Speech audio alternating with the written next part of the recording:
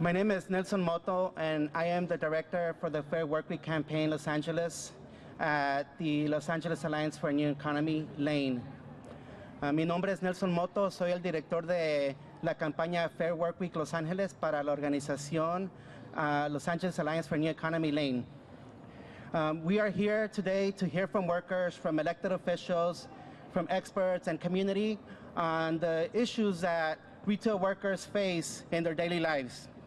Estamos aquí para escuchar sobre la situación en la que se están enfrentando cada día trabajadores que trabajan en tiendas de comercio, supermercados, y vamos a escuchar de trabajadores directamente de oficiales de la ciudad de Los Ángeles y expertos. There's approximately 147,000 retail workers in the city. We encounter these workers on a daily basis when we go do our grocery shopping, our office supplies, when we even pick up our pet foods, and even our medication at pharmacies. And now I would like to introduce Rachel Torres. Yay. Good morning, everyone. My name is Rachel Torres. I'm the Deputy Political and Civil Rights Director for the United Food and Commercial Workers, Local 770. We represent over 32,000 retail workers. It's an honor to be with you and our distinguished city council members, workers, laborers, and community leaders. Today, we are presenting a plan to end the chaos and give a majority female workforce the power to have control of their lives and a seat at the table with their employer. We need to move away from being on call to stability with advance notice of their schedules, to free them from retaliation when speaking up, to have the right to rest and not work late and early, more predictability in their wages, and more access to available hours. All of these components combine to produce a fair work week, and we are very excited to have the Los Angeles City Council take this on. And now I would like to invite a retail worker to come and share her story, Rachel Reyes. Good morning, everyone. Thank you so much for joining us today for the Fair Workweek LA Forum. As Nelson said, my name is Rachel Reyes, and I work for a luxury lifestyle brand as an area manager here in Los Angeles. So imagine you wake up, you get ready for work, you have your breakfast, and you have one foot out the door, only to receive a text from your boss telling you that your shift has been canceled. Super annoying, but imagine that happens several times a week. And actually imagine not knowing how many hours you're going to work that month because like 77% of other retail workers in the city, you only receive your schedule with less than 1 week's notice. Would you be able to make rent this month? Would you be able to provide for yourself or for your family? The effects of unfair scheduling practices are far-reaching and severe. Retail workers comprise the second largest workforce here in Los Angeles, but this volatility is their reality. And thanks to decades of the erosion of workers' rights, it is completely legal. I am a worker before I am a manager. My management practices are informed by a worker-first mentality.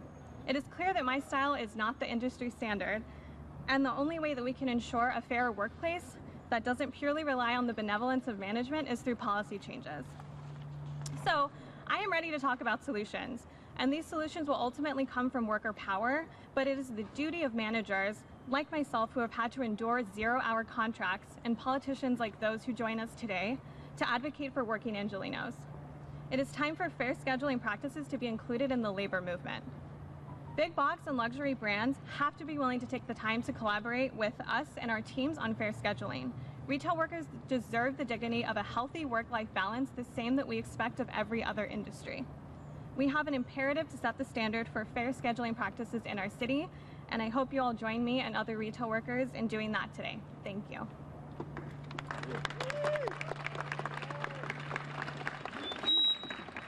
Thank you, Rachel. Now we'd like to invite another worker to come and share her story, Alyssa Harris. Good morning, everybody. Good morning. So my name is Alyssa, and I work at a Whole Foods market in downtown Los Angeles. And just to give you a snapshot of what a typical week is like for me, you might be starting work for 2 days in a row at 11:15 a.m. Then on the third day, 6:45 a.m. Then the day after that, 1 p.m. So then therefore you're not getting off to 9:30 p.m. and then back at it again at 7 in the morning. So how do you build a healthy sleep schedule with that? How do you develop healthy eating habits with a schedule like that? And how do you calculate or plan your budget with a schedule like that when your hours fluctuate from 32 to 40 every week? But you know what doesn't fluctuate is your rent, your phone bill, just to name a couple. And so when you're working in retail, though, your monthly income is never consistent, never. So you might think to get a second job to help make ends meet, but it's difficult to both obtain and even keep that second job when you have an inconsistent schedule. So most weeks I will get my schedule and I immediately start hustling to try to see if I can switch shifts with people to basically get a schedule to work my other schedule for my other job. So usually I don't have too much trouble finding someone else who also hates their schedule, and we work with each other and help each other out. And then there's also people who are willing to just take your shift because they didn't get enough hours that week. There are some people who are scheduled only 1 to 2 days that week and not at their own request. So it may sound like it's not much just switching shifts with people, but it's stressful. And workers deserve to have their physical and emotional health taken into consideration. When our schedules are all over the place, we not only, our sleep is affected, you know, our diets are affected, but it also affects us socially and emotionally. You miss out on time with family and friends, which can make you feel isolated and depressed. And you know, when you're the person that's always missing for memorable moments that you'll never get back. So it can make us feel helpless, like we're at the mercy of our schedules. It truly rules your life. Everything revolves around my schedule.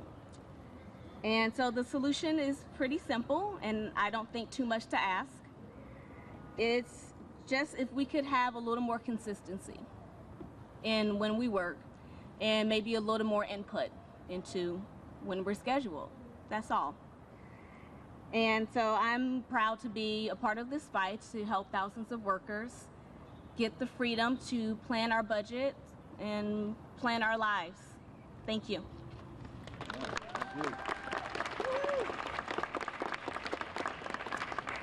Thank you, Rachel and Alyssa. It's my honor to introduce the president of the Los Angeles City Council, who has helped craft and lead some of the most progressive policies in our city has ever seen, and is a sponsor of this policy, Councilmember Herb Wesson. Thank you, and good morning. It's Alyssa. Come here. I think we have discovered the face of this campaign. I was so impressed because you laid it out so simply and just so real that anybody could understand it. I was joking earlier with a few people that I spoke with today, and I said, I am an unpredictable guy. I love things that are unpredictable. I love it when people say things that I don't expect. It just excites me.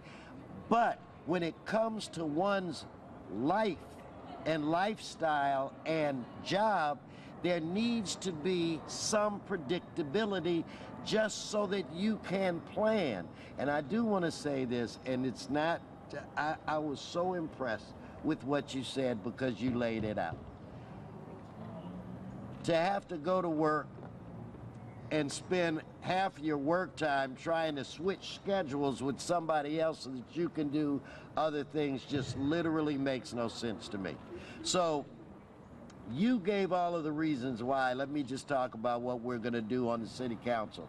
Mr. Curren Price, my dear friend and colleague, Mr. Paul Koretz, and I will introduce a motion that's going to bring to the forefront this very conversation, because we believe that it's not that much to ask. And we believe that if together, the workers and business come together and talk this out, like other cities throughout this great nation, we can figure this out.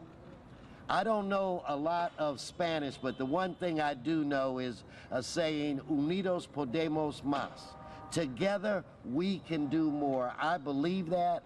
I'm proud to be on a council that is not afraid to set up an environment where we can have this conversation. I just don't know what it would be like to not be able, you know, you're working so hard. You have a lot of people, like this young lady.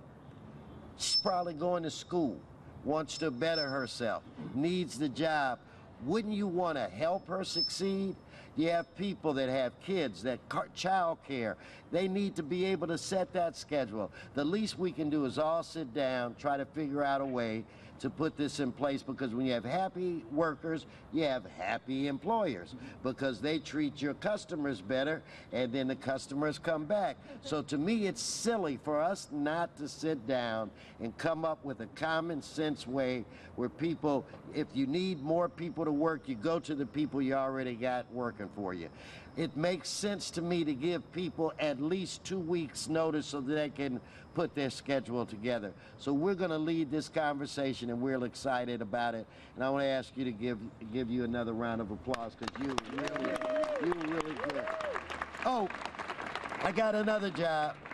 It's now my pleasure to present to you not only a good worker, a good council person, a good public servant, an individual that is not afraid to take on the tough issues of the day, and he's done that with the minimum wage and a variety of other things.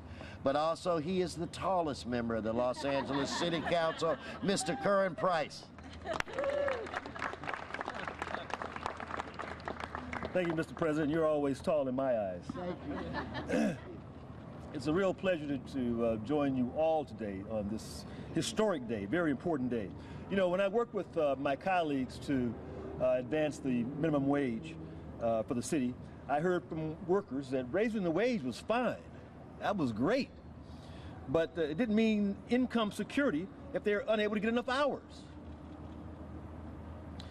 With the Fair Work Week policy that I'm going to be introducing in council tomorrow with my colleagues, Council President Wesson and Councilman Koretz, we're going to finally be able to address this issue for retail workers in Los Angeles. Workers like Laura. Where's Laura? Throw your hand up, Laura. Who's worked for Rite Aid in my district, right there on Vermont Fig for 30 years, and still struggles with an uncertain schedule that often has to work. She often has to work late into the night. And Katrina, who's been at Staples right there on Fig and 18th for the past 6 years, while also working as a substitute teacher and attending college part-time. You know, so you can imagine while she's working to earn her credentials and pursue her dream, she's got to juggle a schedule, an uncertain schedule. It's just not right. Laura, Katrina, and the other workers you've heard from today represent thousands of retail workers in LA who live paycheck to paycheck, week to week, in economic insecurity. This just has to stop. LA can and should do more for our retail workers. New York is doing it. San Francisco is doing it. Seattle is doing it. And I think we can do it in LA too, don't you? Yes. It's time for LA to ensure that retail workers have the right to a stable, flexible, and predictable work week so that they can better care for themselves and their families and our community. It's up to us to protect this massive workforce that's critical to the future of the third largest city in the world. And so today we take a first step. And in my view, it's a fight worth fighting for. Si se puede. Si se puede. Thank you, Councilman Price. I'd like next to introduce Councilman Paul Koretz, who's been a champion for working people in Los Angeles and is a co-signer of this policy.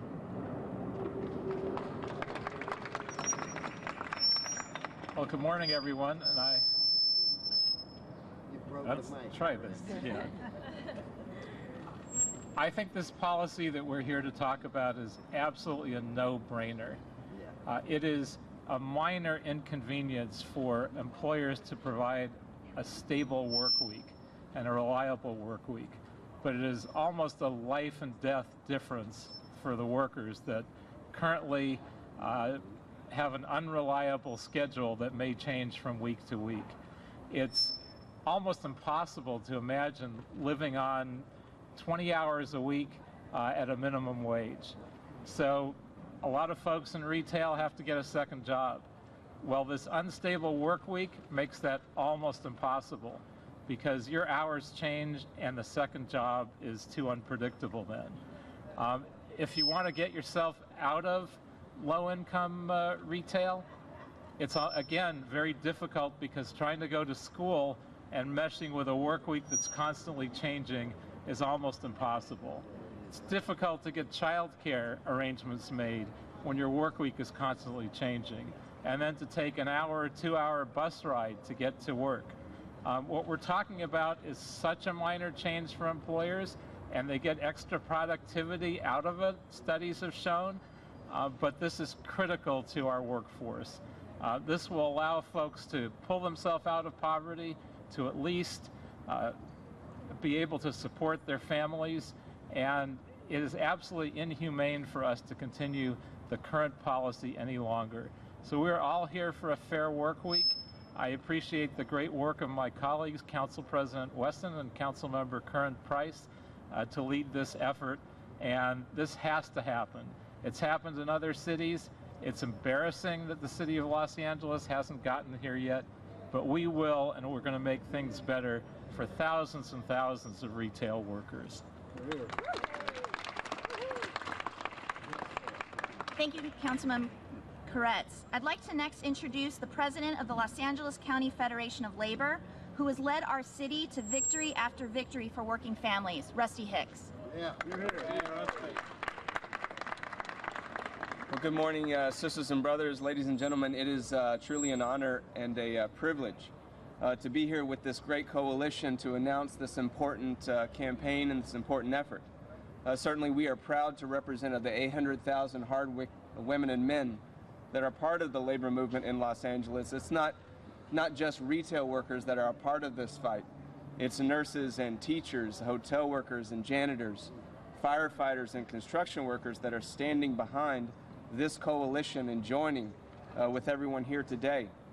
In many ways, I am reminded of the old labor saying when we fought for the 8-hour workday that reminded us that we want to provide 8 hours of work, get 8 hours of sleep, and then do 8 hours what we will.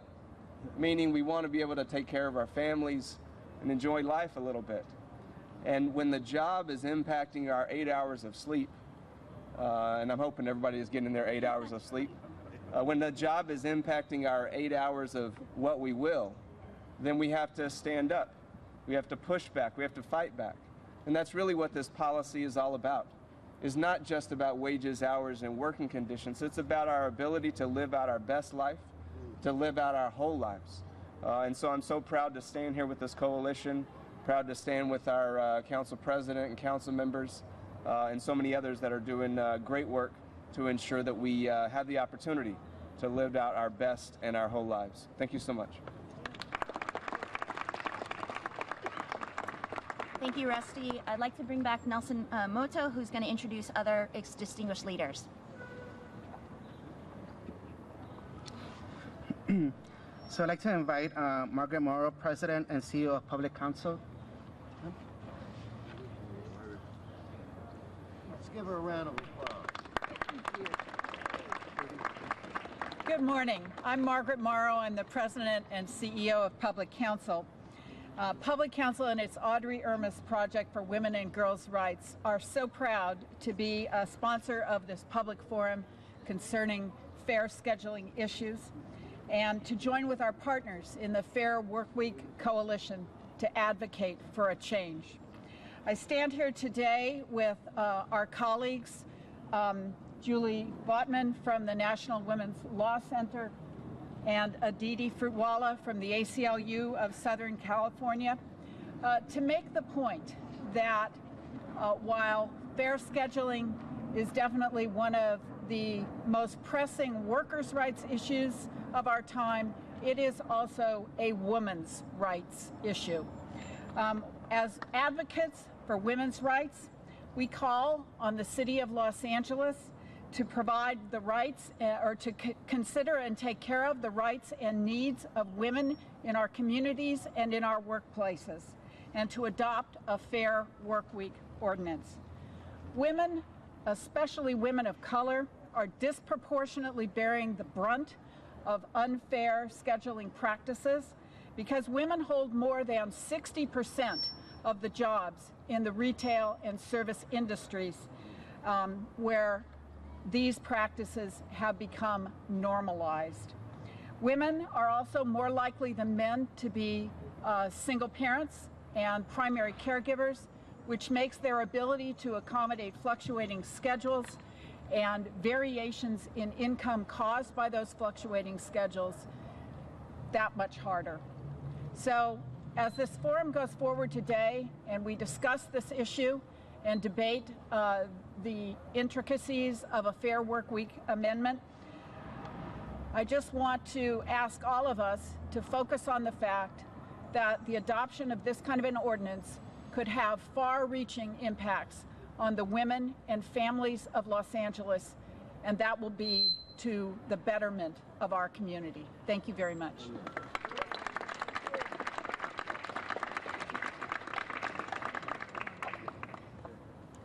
Thank you so much. I'd like to introduce Larry Frank, who is the president of LA Trade Tech and a longtime advocate for workers' rights. All right, thank you. I want to welcome everybody to Los Angeles Trade Technical College. Everybody here, it's quite a force. We have 22,000 students here at Trade Tech. Of that, 80% of them are at school part-time, which means overall, over 70% of our students work. And the most common, easy-to-get job for our students is in retail. In retail, I've done a little focus group on my students, and it's very clear that retail causes tremendous hardships for them to be able to stay in school and stay with those jobs because schedules get changed all the time. My students say, initially, yes, we'll work with you on schedules, but schedules get changed and we lose students. Students lose some of their life dreams over it. So we are very, very interested in this conversation in the city of LA going forward, and we're here to listen and contribute. So thank you everybody for being here at Trade Tech.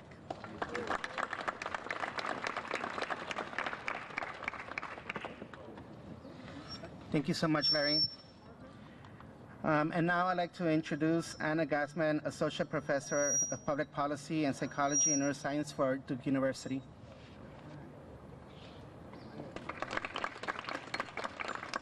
Good morning, and thank you very much.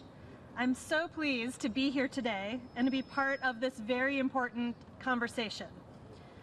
As we've already heard, schedule instability and unpredictability is a practice that's incredibly common, widespread, and increasingly in the public eye. And as the public has been talking more and more about schedule instability, researchers like myself have also begun to investigate this issue.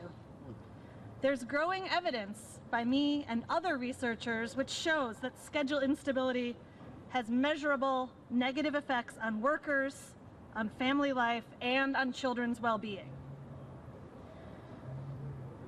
We're here today because California was one of the first in the nation to address this issue from a policy perspective with the passage of the Fair Workweek Ordinance in Emeryville in January of 2017.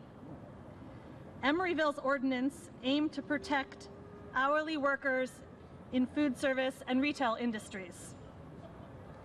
This legislation also allowed for the first ever study to evaluate whether a policy designed to reduce schedule instability like we're talking about here today actually does, and whether it makes a difference for working parents.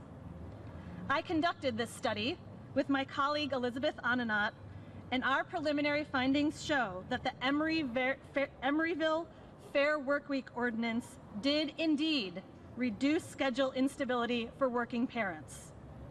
To reach these conclusions, we surveyed working parents in Emeryville both before and after the Emeryville ordinance went into effect.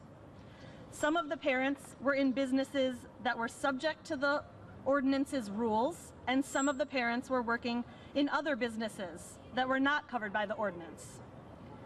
Our survey used text messages to reach workers and ask working parents about their work schedules and schedule instability each day over the course of an entire month, both before and after the policy change. Based on these survey responses, we were able to conclude that Emeryville's Fair Workweek policy led to more stable schedules. Parents working in businesses covered by the ordinance reported declines in schedule instability, especially unexpected and last-minute changes to hours and shifts after the policy went into effect. Further, we have some evidence that the Emeryville ordinance also improved family well-being. Our research shows that local schedule stability laws can meet their intended goal by decreasing schedule changes, and in particular, unexpected and last-minute schedule changes. These are exactly the types of schedule changes that we've been hearing about today so eloquently from workers themselves, and that our own prior research has shown to be particularly costly to the well-being of working parents and their families. Thank you so much for having me here today. I'd be happy to speak with folks individually about the study in more detail and to answer any questions.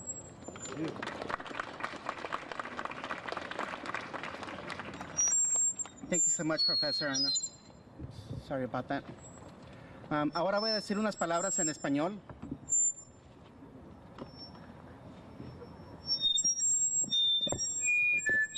Sorry.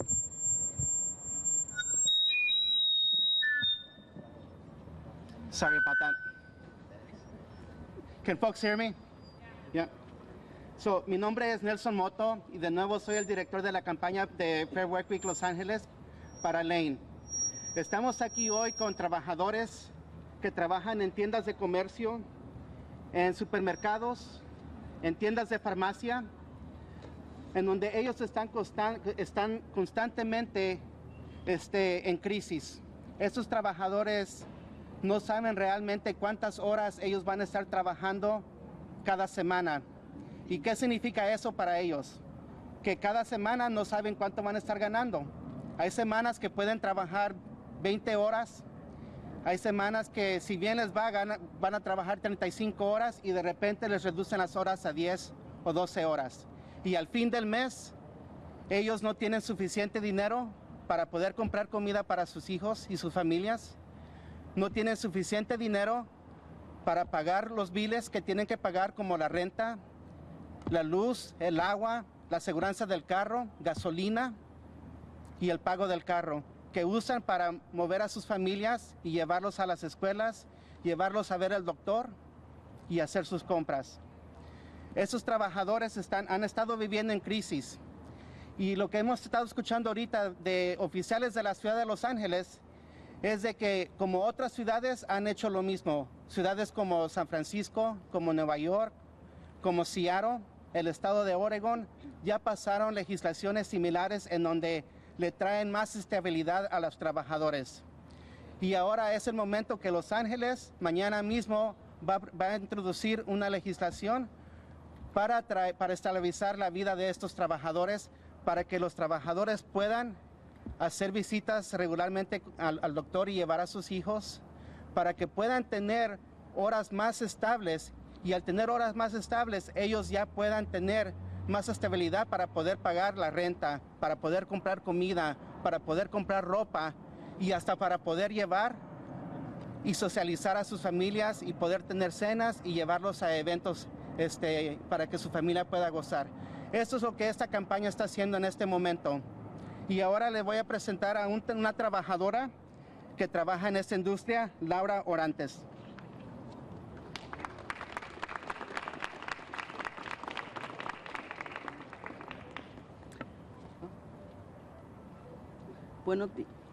Buenos días a todos. Good morning to everyone. Le voy a estar traduciendo. Mi nombre es Laura. My name is Laura. Y trabajo en Rite Aid, un Rite Aid del sur de Los Ángeles. And I work at a Rite Aid in South LA.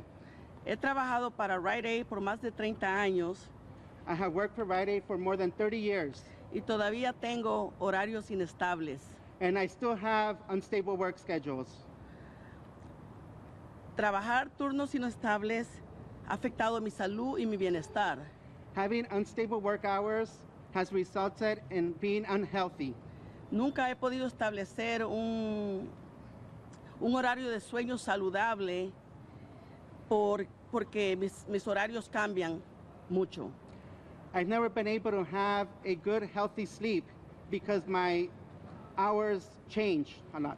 Hay días que trabajo temprano en la mañana, hay días que cierro en la noche y vuelvo a regresar a la mañana del siguiente día. There's days that I work in the morning, there's days that I work in the evening, and there's days that I have to come back and work really early in the morning.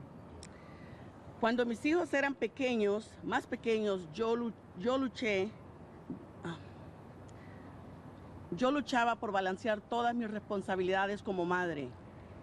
When my children were very small, I struggled to balance my role as a parent.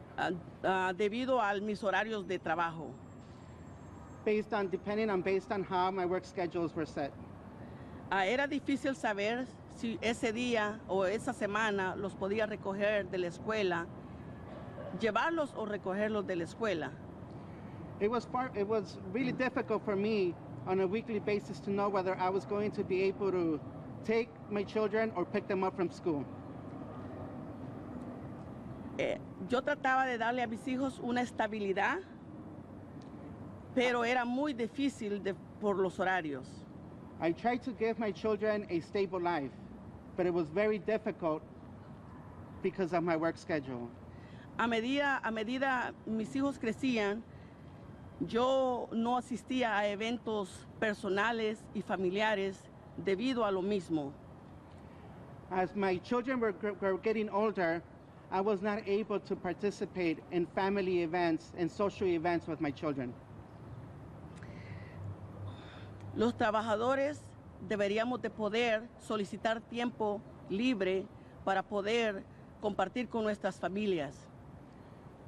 We as workers should be able to make requests so that we can have the time to socialize and spend family time with our families. Sin tener miedo con el trabajador o a represalias por el mismo trabajador. Without fearing retaliation from our employer. Yo pienso que ningún trabajador debería de comprometer su vida y su salud debido a su familia por un horario de trabajo inestable. I don't think that any worker should be able to compromise their health and their family to have unstable work schedules. Gracias a mi sindicato tenemos muchas protecciones que otras personas que no tienen unión. And thank you to my union, we have many protections that many other workers don't have. Como las horas garantizadas y cobertura de salud. Like guaranteed hours and health benefits. A los trabajadores nos avisan solamente 3 días para que empiece la semana de trabajo. Us as workers, we get a 3-day advance notice of our work. Yo pienso de que 2 semanas sería lo mínimo que nos podrían ofrecer para tener un poquito de estabilidad. I believe that 2 weeks, it's enough so that we can have a more stable life. Sigo teniendo dificultades para planificar mi vida según mi horario de trabajo. I am still having difficulties to be able to plan my life. Incluso después de haber trabajado más de 30 años en la misma compañía. Even though I've been working for 30 years for the same company. Al final del día, la administración controla los horarios. At the end of the day, our employer controls our work schedules. Y son muy injustos porque la mayoría de veces también tiene mucho favoritismo con las personas sin importarles la señoría de los otros. And many of them are very unfair because there's a lot of favoritism that happens and don't take under consideration the years of seniority that we as workers have. Yo apoyo la política de Fair Work Week porque a mí me gustaría que aquí en la ciudad de Los Ángeles se haga algo al respecto con eso. And I support the Fair Work Week fight because I believe that we need to find a solution to this. Todos los trabajadores en este sector sufrimos mucho por eso. Gracias. Many of us workers in this sector, we struggle a lot. Thank you.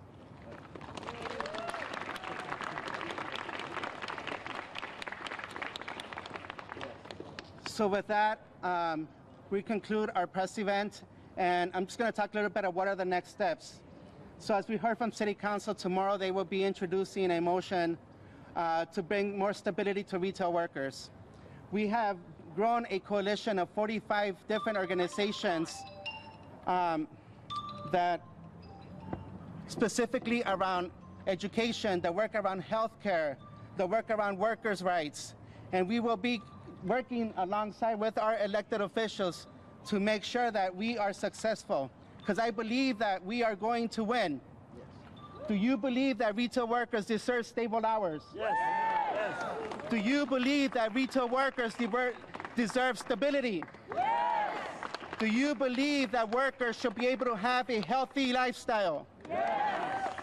I believe that we will win. I believe that we will win. I believe that we will win. I believe that we will win. Thank you so much.